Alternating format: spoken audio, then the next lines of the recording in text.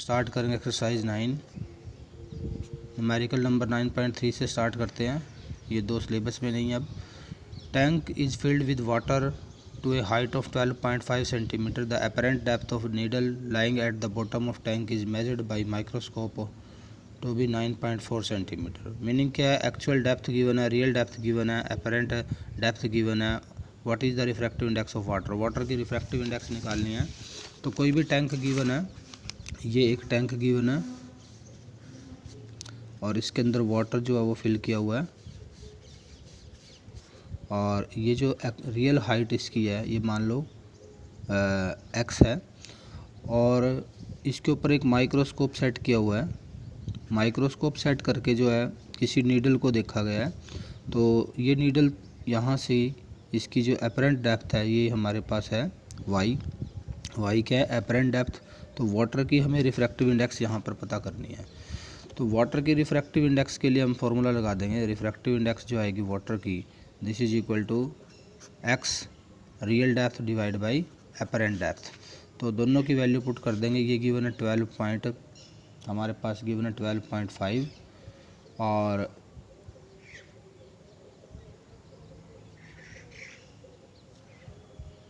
जबकि y की value हमारे पास है 9.4। तो इसको डिवाइड करेंगे तो 1.33 आ जाएगा। अब ये कहता है सेम इसी टैंक में इसी हाइट तक अब वाटर की जगह कोई लिक्विड डाल दिया जिसकी रिफ्रैक्टिव इंडेक्स जो है म्यू लिक्विड की रिफ्रैक्टिव इंडेक्स गिवन है ये रिफ्रैक्टिव इंडेक्स जो है अब गिवन है 1.63। अब कहते हैं इस माइक्रोस्कोप को कितना शिफ्ट करना पड़ेगा। अगर यहाँ पे लिक्विड आ गया, रिफ्रैक्टिव इंडेक्स चेंज हो गया, इसका मीनिंग ये जो अपरेंट डेप्थ जो है ये चेंज हो जाएगी। एक्चुअल डेप्थ उतनी ही है तो अपरेंट डेप्थ निकाल लेंगे। अगर अपरेंट डेप्थ हमारे पास आ जाती है, पहले माइक्रोस्कोप जो है वो सेट था किसके अकॉर्डिंग, 9.4 सेंटीमीटर के अकॉर्डिंग। तो अब जो उसमें शिफ्ट आएगा हमें इसको कितना ऊपर या कितना नीचे मूव करना पड़ेगा वो हमें फाइंड आउट करना है। ठीक है, तो यहाँ से हम अपरेंट हाइट निकाल लेंगे। अपरेंट हाइट जो आएगी वो हम फाइंड आउट करेंगे। Apparent height with liquid in tank. Tank में जब लिक्विड था तो अपरेंट हाइट हमारी आएगी h मान लेते हैं इसको हम। This is equal to real depth जो हमारी थी x थी divide by refractive index liquid की म्यू l हो गई है, या ये म्यू लिख दिया हमने म्यू l। तो ये आ जाएगा x को हम डिवाइड करेंगे, यहाँ पे इसकी वैल्यू जो है 12.5 है और म्यू l हमारे पास है 1.63। तो डिवाइड करने के बाद हमारे पास आएगा 7.7 सेंटीमीटर। तो अब हमें डिस्प्लेसमेंट निकालना है। भी कितना डिस्प्लेस करना पड़ेगा। पहले ये यहाँ पर सेट था, हमारी हाइट थी ये, जब हमें कॉइन यहाँ पर नज़र आ रहा था तो ये यहाँ सेट था। अब थोड़ा सा और कॉइन ऊपर चला गया है, ये देखो इतना। जब ये ऊपर चला गया यानी कि ये जो रह गई अब 7.7 रह गई है बॉटम से, तो इसका मीनिंग इसको भी हमें थोड़ा सा ऊपर शिफ्ट करना पड़ेगा। ये थोड़ा सा ऊपर चला जाएगा तो कितना शिफ्ट होगा ये हम फाइंड आउट करेंगे। ये कितना शिफ्ट होगा, ये कितना शिफ्ट होगा, जितना यहाँ पर ये शिफ्ट होगा इतना ही शिफ्ट माइक्रोस्कोप ऊपर की तरफ होगा। तो शिफ्ट इन द पोजीशन क्या आएगा, shift in the position of microscope. तो उसकी जो पहले जो स्टार्टिंग में जो उसकी क्या थी पोजीशन थी, कितनी पोजीशन थी उसकी 9.4। उसमें से हम जो है इसको माइनस कर देंगे 7.7 को, तो ये आएगा हमारे पास 1.7 सेंटीमीटर। यानी कि हमें माइक्रोस्कोप को कितना शिफ्ट करना पड़ेगा ऊपर की तरफ, 1.7 सेंटीमीटर हमें इसको ऊपर की तरफ शिफ्ट करना पड़ेगा। क्वेश्चन नंबर 4 गिवन है, डायग्राम गिवन है। Show refraction of a ray in air incident at 60 degree with the normal to the glass air और water air interface respectively. Predict the angle of refraction in glass when the angle of incidence in water is 45 with the normal to the water glass interface. तो meaning ये हमारे case given है कुछ और हमें इनको solve करना है। सबसे पहला ए केस जो हमारा गिवन है तो यहाँ पर नीचे एयर है, ऊपर ग्लास है, एंगल ऑफ इंसिडेंस 60 डिग्री है, एंगल ऑफ रिफ्रैक्शन जो है वो 35 डिग्री है। तो यहाँ से हम जो है रिफ्रैक्टिव इंडेक्स निकाल लेंगे, किसकी रिफ्रैक्टिव इंडेक्स आ जाएगी, ठीक है, ग्लास की रिफ्रैक्टिव इंडेक्स आ जाएगी विद रिस्पेक्ट टू एयर। तो सबसे पहले हमारे पास गिवन है स्नेल्स लॉ लगाना हमें। सेकंड क्वेश्चन है, कौन सा क्वेश्चन नंबर है, फोर्थ क्वेश्चन में। तो फोर्थ क्वेश्चन में क्या आएगा, स्नेल्स लॉ अप्लाई करेंगे साइन 60 डिवाइड बाई साइन 35। तो ये आ जाएगा refractive index of glass divide by refractive index of air. तो यहाँ से ये रिलेटिव रिफ्रैक्टिव इंडेक्स निकल जाएगी और ये जो वैल्यू आएगी रिलेटिव रिफ्रैक्टिव इंडेक्स की, तो ये वैल्यू हमारे पास आ जाएगी साइन 60 की जो वैल्यू होती है, साइन 35 की जो वैल्यू है, टेबल से हम पुट कर सकते हैं, यहाँ से तो डायरेक्ट भी पुट कर सकते हैं। तो 0.8660 ये हमारी साइन 30 की एक वैल्यू है और 35 की जो वैल्यू आएगी 5736। तो ये जो है 1.51 जो है यहाँ से रिफ्रैक्टिव इंडेक्स जो है ग्लास की आ जाएगी विद रिस्पेक्ट टू एयर। उसके बाद नेक्स्ट गिवन है, जब एंगल हमारा ये कहते हैं भी एंगल अगर हम कितना कर दें 45 डिग्री कर दें। ऐसे ही हम एक और केस हमारा है, वाटर के साथ भी हम ये कर सकते हैं। यहाँ पे अगर वाटर ले ले हम और नीचे क्या ले, एयर, तो ये भी हमारा आ जाएगा साइन। अब एंगल जो है हमारा कितना था यहाँ पर 60 और आर जो एंगल है वो 41 है। ये देखो ये 47 गिवन है, ये कितना गिवन है 47। तो ये भी हम फाइंड आउट कर सकते हैं। तो ये रिफ्रैक्टिव इंडेक्स जो आएगी ये 1.33 आ जाएगी एंगल की वैल्यू पुट करके। अब नेक्स्ट गिवन, अगर एंगल को हम कितना कर दें 45 डिग्री कर दें, यानी कि आर को हम कितना कर दें 45 डिग्री, और तो आर कितना आएगा फिर, ये सॉरी रिफ्रैक्शन कितना आएगा, एंगल ऑफ इंसिडेंस को कितना कर दिया हमने 45 डिग्री। तो फॉर्मूला लग जाएगा एयर टू ग्लास और नीचे रिफ्रैक्टिव इंडेक्स जो है यहाँ पे क्या आ जाएगा, एयर टू वाटर। मीनिंग क्या है, क्वेश्चन में क्या गिवन है भी ग्लास वाटर और ग्लास इंटरफेस पर हमने जो है इसको नॉर्मली इंसिडेंट किया है। तो मीनिंग अब एक मीडियम हमारा ग्लास है, दूसरा मीडियम हमारा वाटर है, या हम इसको ऐसे लिखना चाहिए, ऐसे भी लिख सकते हैं, रिफ्रैक्टिव इंडेक्स ऑफ ग्लास और refractive index of water. Water से हमने ग्लास के इंटरफेस पर इसको इंसिडेंट किया है, तो इसको हम ऐसे भी लिख सकते हैं रिलेटिव रिफ्रैक्टिव इंडेक्स की टर्म में। तो साइन आर की जो वैल्यू आएगी, sine r this is equal to, तो ये वैल्यू कितनी आएगी साइन 45, ठीक है, साइन 45 की वैल्यू पुट करेंगे हम यहाँ पर। तो ये वाटर की रिफ्रैक्टिव इंडेक्स ऊपर मल्टीप्लाई हो जाएगी, जबकि ग्लास की रिफ्रैक्टिव इंडेक्स जो है वो नीचे आ जाएगी। Sine 45 refractive index of water, refractive index of glass. तो यहाँ पर वैल्यूज़ पुट करने हैं हमें, यह आ जाएगा 1/√2 और ये वैल्यू जो है वाटर की रिफ्रैक्टिव इंडेक्स हमारे पास है 1.33 और ये हमारे पास है 1.51। तो इसको डिवाइड करने के बाद हमारे पास आएगा 0.6181। तो आर की जो वैल्यू आएगी साइन इनवर्स 0.6181, ये वैल्यू आपको टेबल से देखनी पड़ेगी और इसकी वैल्यू नियर अबाउट 38 डिग्री आ जाएगी। नेक्स्ट 9.5 क्वेश्चन गिवन है, small bulb is placed at the bottom of A tank containing water up to depth 80 centimeter. What is the area of surface of water through which light from the bulb can emerge out? Refractive index of water is 1.33. तो meaning क्या है, ऐसा question जो है इस तरह से question given है, टैंक के अंदर जो है एक बल्ब लगा हुआ है, नीचे यहाँ पर एक बल्ब लगा है। अब देखो इससे लाइट बाहर आती है और इसकी जो ये एक्चुअल डेप्थ है ये भी हमें गिवन है। ये जो डेप्थ गिवन है ये कितनी गिवन है 80 सेंटीमीटर, ये गिवन है 80 सेंटीमीटर, यानी कि एच जो है वो 80 सेंटीमीटर गिवन है। क्वेश्चन नंबर हमारा है ये 9.5। तो इस क्वेश्चन के अंदर देखो लाइट जो बाहर जाएगी, सबसे पहले हमें जो क्रिटिकल एंगल, जहाँ तक हमारा क्रिटिकल एंगल आएगा, ये मान लो सरफेस है, ये हमारा क्रिटिकल एंगल, ये हमारा इंटरफेस हो गया वाटर, यहाँ पे क्या है वाटर, और यहाँ पे है एयर। वाटर एयर इंटरफेस पे जैसे ही हमारा एंगल कितना हो जाएगा क्रिटिकल एंगल से ज़्यादा, जब क्रिटिकल एंगल भी हो गया तो लाइट जो इस सरफेस के अलोंग मूव करना शुरू कर देगी। ऐसे ही इधर भी लाइट सरफेस के अलोंग मूव करना शुरू कर देगी। तो मीनिंग बीच में जो ये एरिया आएगा सरफेस का, ये एरिया कैसा बनेगा, ये सर्कुलर एरिया बनेगा, क्योंकि यहाँ पे कोन शेप बनेगी और यहाँ बल्ब लगा हुआ है हमारा। तो लाइट जो है यहाँ तक लाइट बाहर आएगी, जहाँ तक क्रिटिकल एंगल जो है इंटरफेस के साथ नहीं बन जाता है। ठीक है, तो मीनिंग हमें पहले क्रिटिकल एंगल निकालना पड़ेगा एयर और वाटर इंटरफेस के लिए।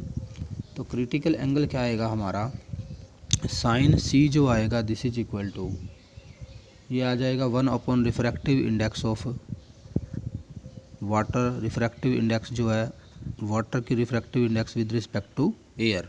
तो यहाँ से क्रिटिकल एंगल फाइंड आउट करेंगे तो ये आ जाएगा हमारे पास 3/4। तो 3/4 इसकी वैल्यू आएगी।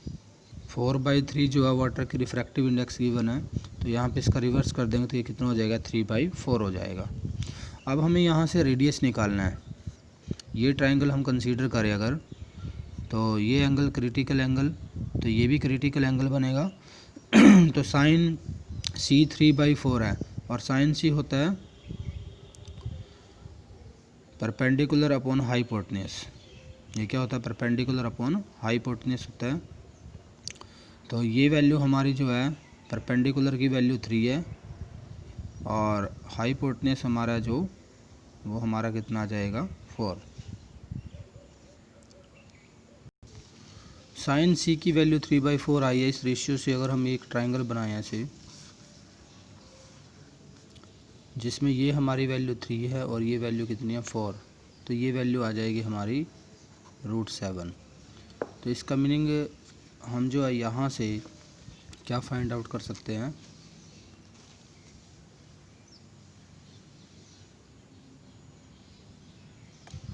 इस ट्रायंगल में से टेंजेंट सी की वैल्यू हम निकाल लेते हैं। ये एंगल हमारा सी है, टेंजेंट सी जो आएगा, tangent C this is equal to, tangent C क्या आएगा अब, परपेंडिकुलर अपॉन बेस होता है तो 3 अपॉन कितना आ जाएगा √7,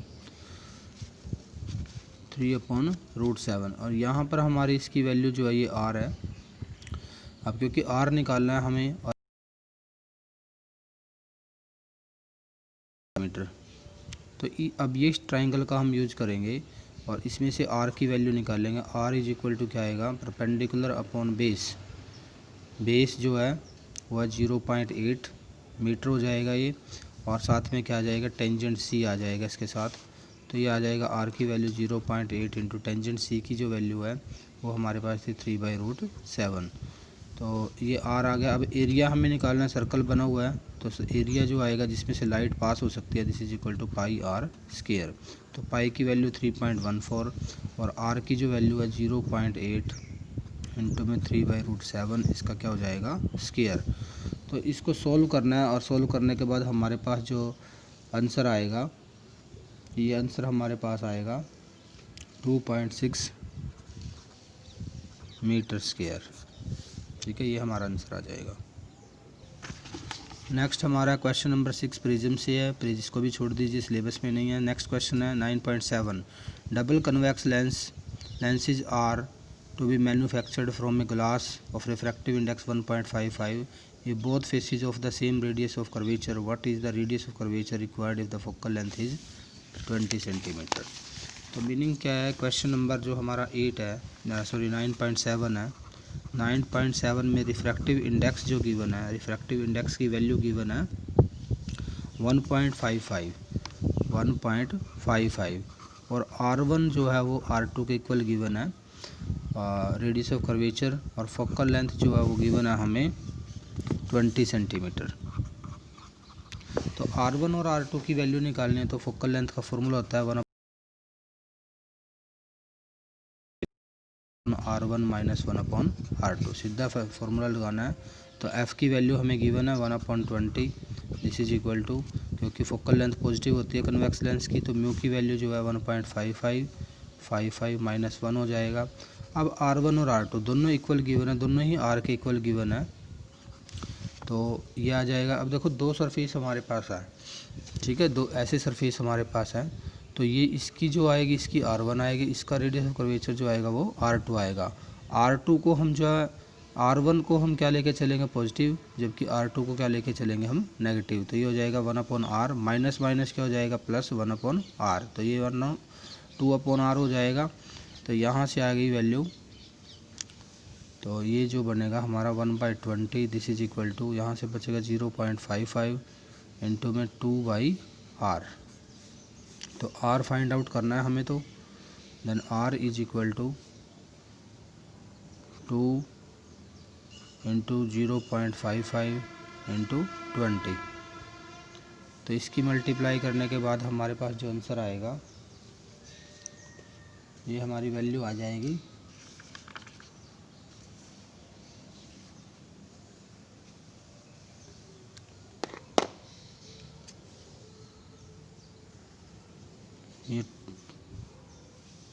22 सेंटीमीटर आ जाएगा, मीनिंग R की वैल्यू क्या आएगी 22 सेंटीमीटर। नेक्स्ट क्वेश्चन गिवन है, a beam of light converges at a point P point पर एक बीम कन्वर्ज होता है। Now a lens is placed in the path of convergent beam 12 centimetre from point P, at what point does the beam converges if the lens is convex lens of focal length 20 centimetre और concave lens of focal length 16 centimetre. तो meaning कोई भी beam है वो converge हो रहा है, सबसे पहले किसी पॉइंट P पर कन्वर्ज हो रहा है। अगर मैं यहाँ पर एक बीम को ऐसे कन्वर्ज करके दिखाता हूँ और यहाँ पर कोई पॉइंट है P, यहाँ पर ये कन्वर्ज हो रहा है और इसके पाथ में 12 सेंटीमीटर के डिस्टेंस पर मैं कन्वेक्स लेंस रख देता हूँ, ये कन्वेक्स लेंस। तो कन्वेक्स लेंस कन्वर्जिंग लेंस होता है, ये जो डिस्टेंस गिवन है ये 12 सेंटीमीटर गिवन है।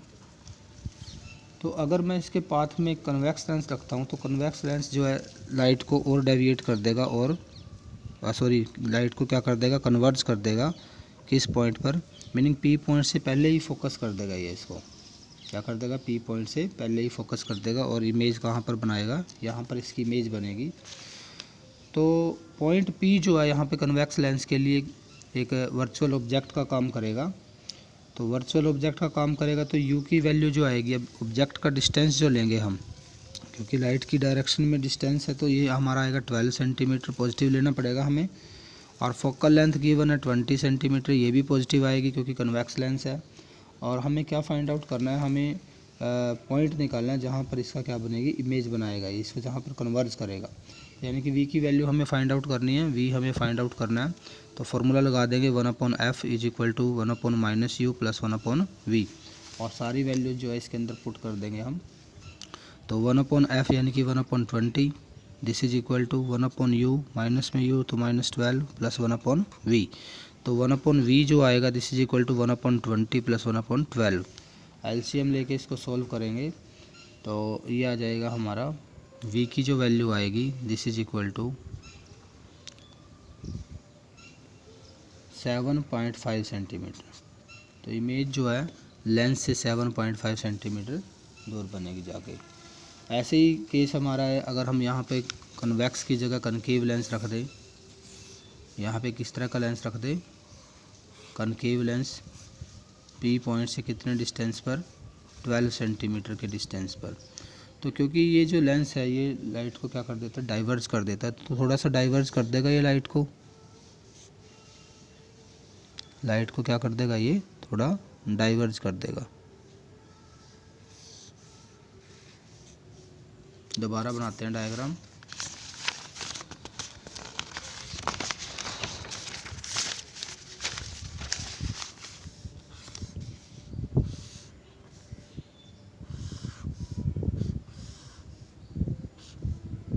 तो ये लाइट को डाइवर्ज कर देगा ऐसे, और इमेज थोड़ा पीछे जाके बनेगी। अब ये डिस्टेंस हमारा था 12 सेंटीमीटर, अब ये डिस्टेंस हमें V निकालना है। तो सेम फॉर्मूला इसमें भी हमें अप्लाई करना है। तो 1/f जो आएगा, अब फोकल लेंथ जो आएगी वो नेगेटिव होती है इसकी, तो 1/v माइनस 1/u। तो फोकल लेंथ जो है वो नेगेटिव है, और फोकल लेंथ कितनी गिवन है यहाँ पर, हमें फोकल लेंथ गिवन है, लेंस की फोकल लेंथ जो है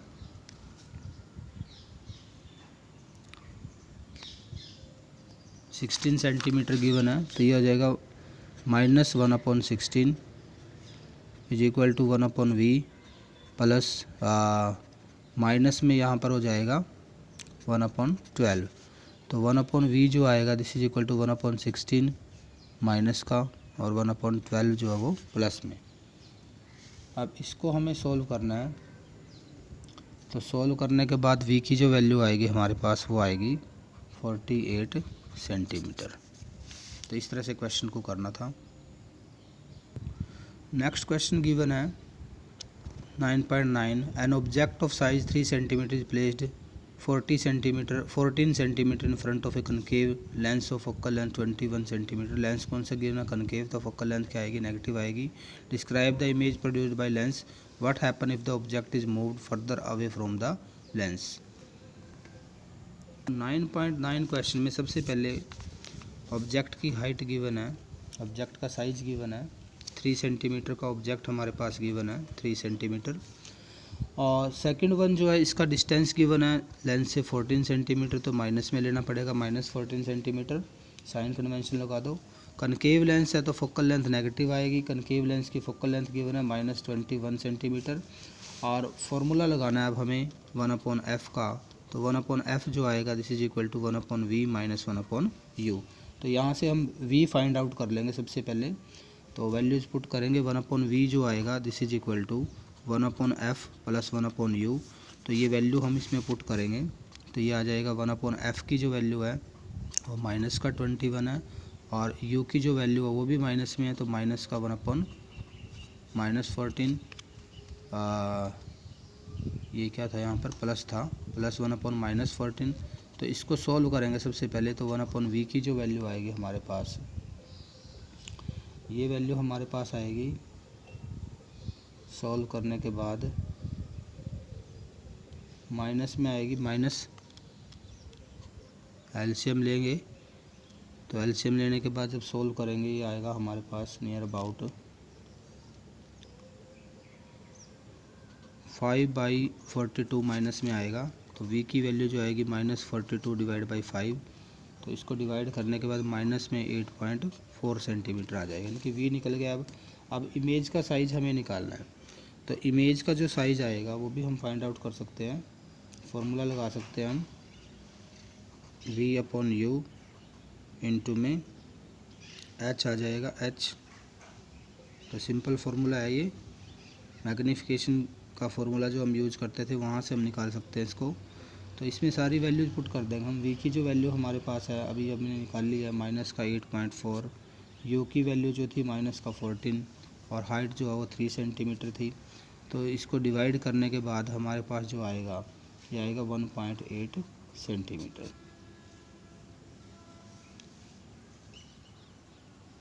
तो इमेज का नेचर कैसा है, इमेज जो है वर्चुअल बनेगी, इरेक्ट बनेगी, ठीक है, इमेज कैसी बनेगी, वर्चुअल और इरेक्ट बनेगी। लेकिन अब अगर ऑब्जेक्ट को फर्दर मूव करवा they from the lens, image जो है goes on shifting toward focus, image focus की तरफ शिफ्ट हो जाएगी, and it size goes on decreasing, और साइज क्या हो जाएगा इसका, डिक्रीज हो जाएगा। इमेज जो है कभी भी beyond the focus of concave lens नहीं बनेगी, ठीक है। इसके बाद 10th क्वेश्चन गिवन है, what is the focal length of convex lens of focal length, what is the focal length of a convex lens of focal length 30 centimetre in contact with the concave lens of focal length 20 centimetre, is the system a converging और diverging, ignore thickness of the lens. यानी कि combination का question दे दिया, lens combination है, एक lens तो हमें given है कन्वेक्स लेंस और दूसरा लेंस हमें गिवन है कनकेव लेंस। तो ये जो कम्बिनेशन बनेगा इस कम्बिनेशन की हमें जो है क्या फाइंड आउट करनी है, total focal length find out करनी है।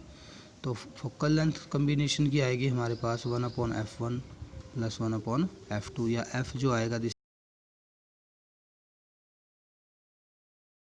अब जो हमारा कन्वेक्स लेंस होता है उसकी फोकल लेंथ जो गिवन है f1 है, पॉजिटिव फोकल लेंथ होती है इसकी, और इसकी वैल्यू जो गिवन है वो कितनी गिवन है, वैल्यू हम राइट कर लेते हैं इसकी 30 सेंटीमीटर गिवन है, 30 सेंटीमीटर। और जबकि f2 जो है वो कनकेव लेंस है, उसकी फोकल लेंथ 20 सेंटीमीटर, तो माइनस का 20 सेंटीमीटर आ जाएगा। और ये वैल्यू हम यहाँ पर पुट कर देंगे इस रिलेशन में, तो ये आएगा 30 इंटू -20 डिवाइड बाई 30 माइनस 20, तो मल्टीप्लाई करेंगे ऊपर आएगा 600 माइनस का, और डिवाइड में आएगा 10, तो यहाँ से -60 सेंटीमीटर आ गई है। कितनी वैल्यू आ गई, -60 सेंटीमीटर। और नेगेटिव साइन का यहाँ पर मीनिंग क्या है, कम्बिनेशन जो है वो एक डाइवर्जिंग लेंस की तरह एक्ट करेगा। फोकल लेंथ जो आई है कम्बिनेशन की कितनी आ गई, -60 सेंटीमीटर, और -60 सेंटीमीटर का मीनिंग क्या है, लेंस कौन सा है, कॉनकेव लेंस है। और कॉनकेव लेंस जो होता है डाइवर्जिंग लेंस होता है। कैसा लेंस होता है ये, डाइवर्जिंग लेंस।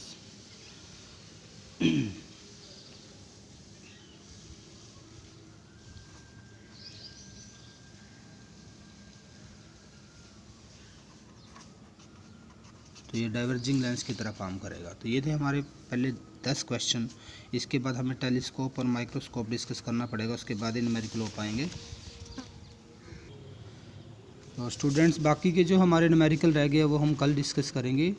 तो आज यहाँ तक प्रैक्टिस कीजिएगा। Thank you very much.